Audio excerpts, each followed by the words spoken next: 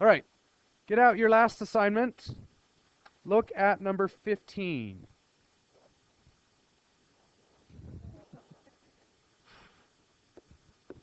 So in number 15, it wants us to find a series, and we've been given a partial sequence. So remember, the series formula S of n is equal to n times a sub 1 plus a sub n over 2. And essentially, this means take the average of the first term and the last term and times it by the number of terms in the list. Okay? Well, with 15, we have a problem. How do I solve 15?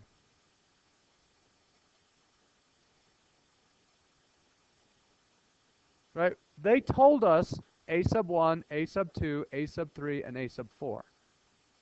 But how far does this sequence go? All the way out to a sub 16. So, do I know n? Yeah, there are 16 numbers in this list. So 16 times. Do I know a sub 1? The first number is 20. Do I know a sub n? No. I need to figure that out and then divide it by 2 and I'll be finished. So I was given everything except the last term. How do we find the last term? Well, what's the common difference here? So in this case, D equals 7. So here's what I wouldn't do. 20 plus 7, enter, plus 7, enter, plus 7, enter, and do that until I get to 16. What's an easier way to do it? How many 7s do I need to go from a sub 1 to a sub 16? So here is a plus 7, here is a plus 7, here is a plus 7. And I need to do that until I reach 16. But I started at a sub 1, so how many plus 7s are there between a sub 1 and a sub 16? 15 plus 7s. So if I take 20 and I add 15 copies of 7, that will tell me a sub 16. What is 20 plus 15 times 7? 125. So this is 125. So 20 and 125 is 145 divided by 2 is 72 and a half. What is 16 times 72.5? 1160. So this theater has 1,160 seats in it. Okay, I'll do the next one for you. 16. Same problem. This is going to be 15 times the first term, which is 20, plus some unknown number divided by 2. I just need to know what is the 15th term. Well, what's the common difference? Plus 10. So adding 10, how many plus 10s will it take to go from a sub 1 to a sub 15? 14 plus 10s. So I'm going to calculate 20 plus 14 versions of 10 will give me 160. So 20 plus 160 is 180. Cut that in half. 90 times 15 is 1350. Okay, you guys get the hang of that? All right, now it gets a little bit harder. Take a look at number 19.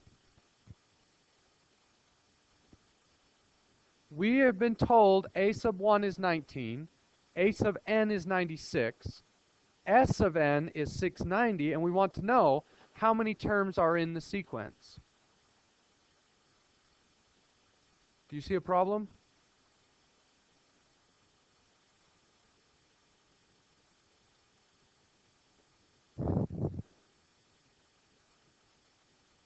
Do you get what that's asking? So it's 19 plus something plus something plus something all the way out here to 96. And when I total that, it equals 690. But the trouble is, I don't know how many times we added numbers together. Do I need to know how many times we added numbers together? Well, I mean, that's what I'm looking for, right? How many terms are in this list? Well, if you look at the summation formula, n times a sub 1 plus a sub n over 2, how many variables are in that formula?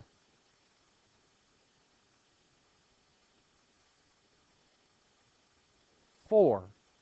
S sub n, a sub 1, and a sub n. How many of those 4 did they tell us? 3 of the 4, so plug in the 3 you know and solve for the one you don't. So I'm simply going to substitute. This one is 19 is a sub 1. Okay.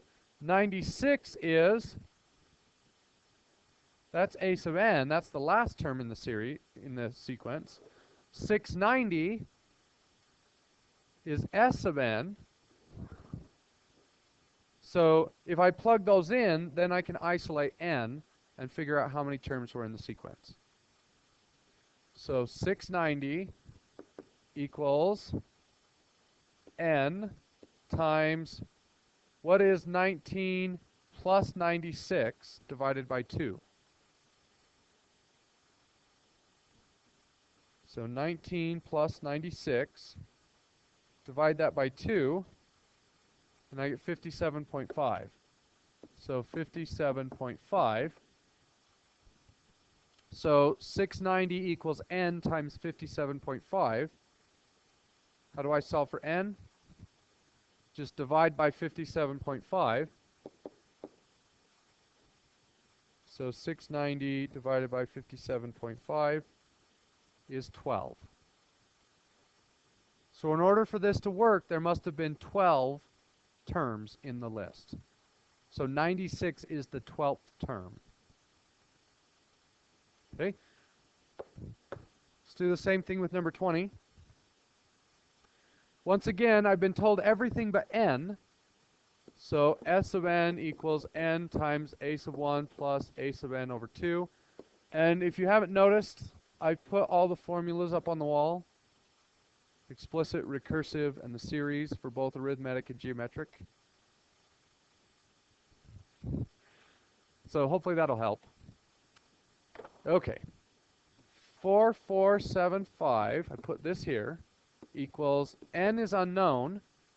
I'm going to stick 16 in there, and I'm going to stick 163 in there. 16 plus 163 over 2. So 16 plus 163. I'm going to divide that in half. So 4475 equals 89.5 times n. So I'm going to divide 4475 by 89.5, 50. How do I know that 50 is a plausible answer? Could I get an answer and you could say, yeah, that can't be right? What sort of number can this not be? It can't be a decimal. N has to be a whole number, and more importantly, it has to be positive.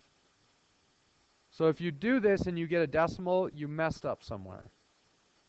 Because you can't have 48.5 terms. That doesn't make any sense. Okay. Now for the harder problems. 23.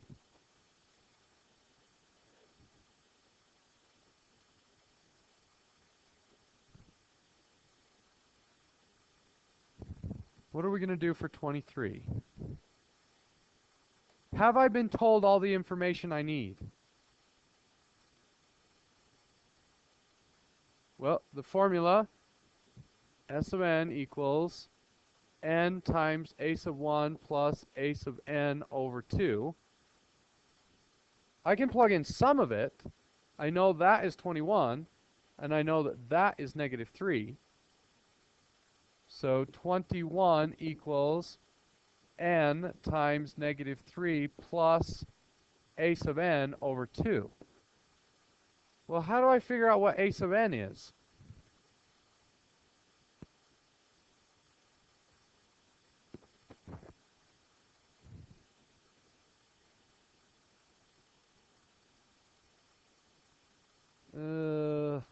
No. So a sub n is going to be calculated by adding 2. If you look at the common difference right here, we're going up by 2 every time. So we're going to take negative 3, then we add 2, then we add 2, and then we add 2, and we keep adding 2 until we get to the last number. How many times do we need to add 2 in order to get to a sub n?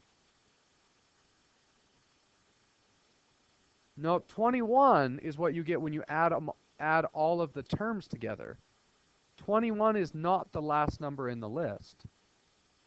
It's what you get when you add all the numbers in the list together. So I just need to know how many terms are there in the list. Did they tell me that? No. So because n is unknown, a sub n is also unknown. So here's the list. Negative 3, add 2, negative 1, add 2, 1, add 2, 3.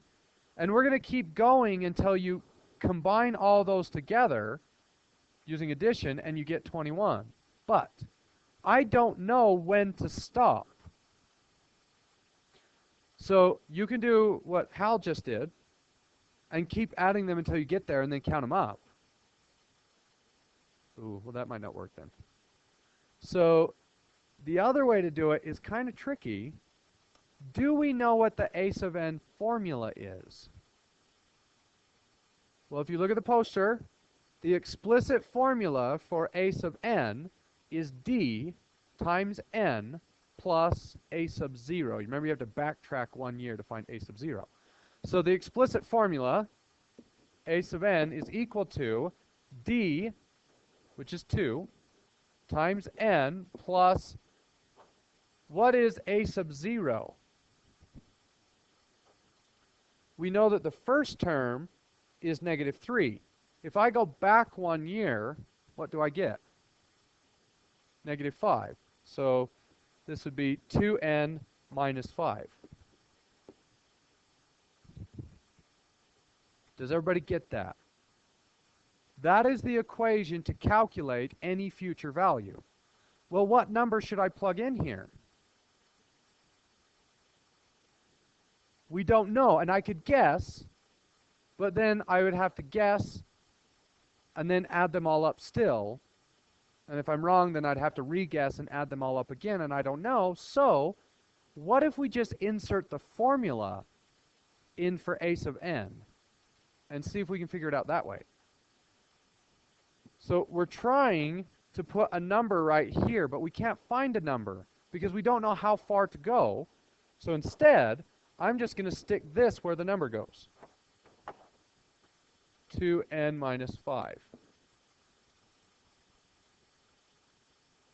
Does that make sense?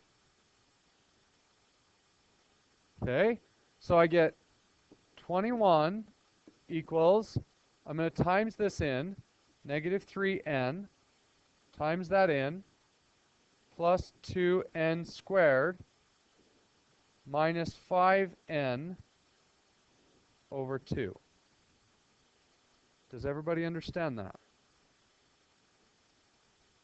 So all I did was, this is the a sub n term, and I don't know what it is, so instead I'm going to plug the formula in, and now I've created an equation that deals entirely in n's. So I simplify, and I get 21 equals 2n squared minus 8n over 2. Now what? Well, does 2 go into 2 and into 8? So I can divide the 2 out, or you can multiply to the other side, but I wouldn't recommend that. So 21 equals n squared minus 4n. Now what?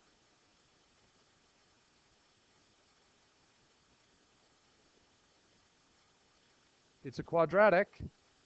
So when you're solving a quadratic equation, you get 0 on one side. So I'm going to subtract 21, and I get n squared minus 4n minus 21 equals 0. Well, does that factor? n minus 7 and n plus 3. So n either equals 7 or negative 3. But wait a minute. N cannot be negative. So the answer is 7. That's tough, huh? Yeah, well, you have 4 of those, but I'll do one more. Okay. We're going to do 25. Is it possible to get two numbers that actually work? Or will it always be just one number that works? Well, what if I had this sequence?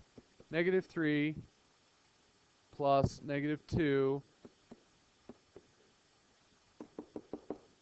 How many different ways are there? Well, let's subtract this off. Let's go like this. Negative 4, negative 3, negative 2.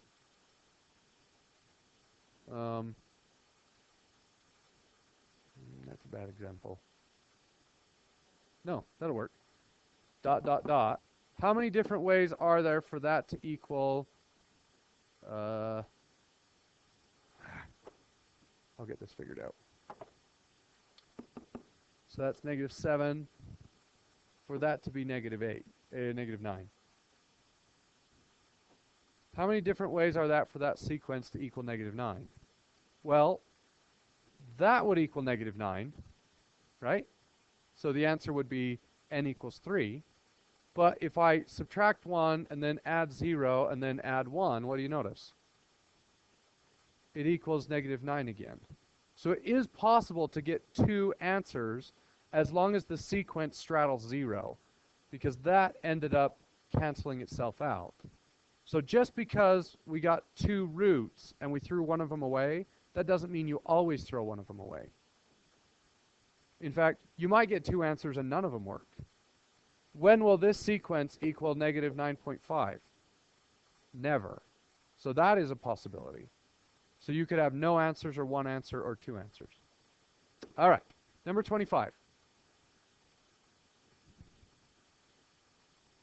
So the formula S sub n equals n times a sub 1 plus a sub n over 2. Once again, I can plug that in there, and I can plug that in there. Nope, I missed, sorry. We can plug that in for a sub 1, but I don't know what n is, and because I don't know what n is, I can't find a sub n. So we need to do the formula trick again. N times negative 2 plus, what is the a sub n formula in this case? What is our d? How much are we changing each time? Negative 10. So the explicit formula is negative 10n minus or plus what? A sub 0. So if I go backwards from there, negative 2 plus 10 is 8. So that is an 8. So I have no way to find out what a sub n is. So in place of a sub n, I'm going to stick this formula. So minus 10n plus 8 over 2. Distribute the n again. Negative 2n minus 10n squared plus 8n is going to be negative 10n squared plus 6n over 2. Does that simplify? Can I divide out the 2? Yes. So if I divide out the 2, I get negative 5n squared plus 3n, but it's still equal to negative 224. So I'm going to add 224 to the other side. But there's something I don't like about that. Or the 5 I don't like, but I can't change it. The negative. Let's get rid of the negative. How do we do that? Times the whole thing by -1. Well, it will change this sign. Yeah, it's going to change them all. So we just change every sign. So, hold on, I need some more room. So 5n squared minus 3n minus 224. You'll want to use the box to factor this. So 5n squared and negative 224. Well, guess what? Is there an easier way to find roots? How about we just graph it? I'm okay with graphing it. All right, so 5x squared minus 3x minus 224. Do I care about that left root? No, for two reasons. First off, it's negative. Second off, it's not a whole number. Right? It's between -5 and -6, or -6 and -7. So if it's a decimal, we don't care about it. It can't be the right answer. So the other one is 1, 2, 3, 4, 5, 6, 7. So once again, n equals 7. Okay, you guys think you can handle those other two? Okay, so that's a good question. What if that 2 does not divide out? Then multiply it over to the other side. You've got to get rid of it. If it doesn't divide out, then multiply the other side by 2.